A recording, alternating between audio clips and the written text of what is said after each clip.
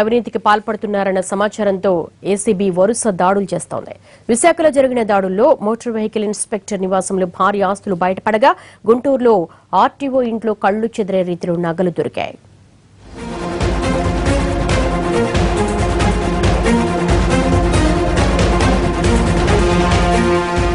రవాణా శాఖలో జరుగుతున్న అవినీతిపై కన్నేసిన ఏసీబీ పలువురు అధికారులపై దాడులు చేస్తోంది. నెల్లూరు, గుంటూరు జిల్లాలోని ఆర్టీఓ పూర్ణచంద్రరావు ఇళ్లపై ఏకకాలంలో సోదాలు నిర్వహించారు. నెల్లూరులో ఆయన అద్దెకు ఉంటున్న నివాసాన్ని సీజ్ చేశారు. ఆర్టీఓ ఏజెంట్ల నివాసాల్లోనూ ఏసీబీ దాడులు చేసింది. వీరి వద్ద కీలక పత్రాలతో పాటు పెద్ద మొత్తంలో అవినీతి సొమ్మును స్వాధీనం చేసుకున్నారు. భారీగా నగలు కూడా సీజ్ చేశారు.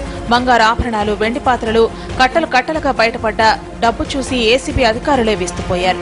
స్వాధీనం చేసుకున్న నగలన్నీ ఓ చోట పేర్చితే చిన్న సైజు నగల దుకాణాన్ని తలపించింది.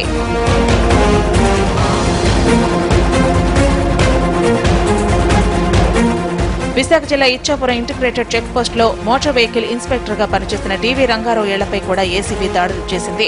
అక్కయ్యపాలెంలోని ఆయన అపార్ట్మెంట్ తో పాటు సొంతూరు తణుకు, ఇచ్చాపురంలోని ఆయన కార్యాలయంలో కూడా ఏకకాలంలో దాడులు జరిగాయి. ఏసీపీ డీఎస్పీ ప్రసాదరావు ఆధ్వర్యంలో కొనసాగుతున్న దాడుల్లో పలు కీలక డాక్యుమెంట్లు బయటపడ్డాయి. మా డీజీ శ్రీ మాలకొండయ్య గారి ఆదేశాల మేరకు ఈ 3 ప్రాంతాల్లో కూడా దాడులు నిర్వహించి దర్యాప్తు ముందుకు సాగుతోంది. అయితే ఇప్పుడు అతను ఏంటంటే ఇప్పుడు ఉన్నటువంటి అక్కయ్యపాలెం అబిడ్ నగర్లో ఉన్నటువంటి హౌజు అది వాళ్ళ బావమర్ది గారి పేరున బినామీగా ఉన్నట్లు, అలాగే అతను ఒక 2 ఫ్లాట్లు ఒకే డాక్యుమెంట్లో రిజిస్ట్రేషన్ చేసుకుని 3,000 SFT 1 crore మన ఎండార్లో కొన్నట్లు.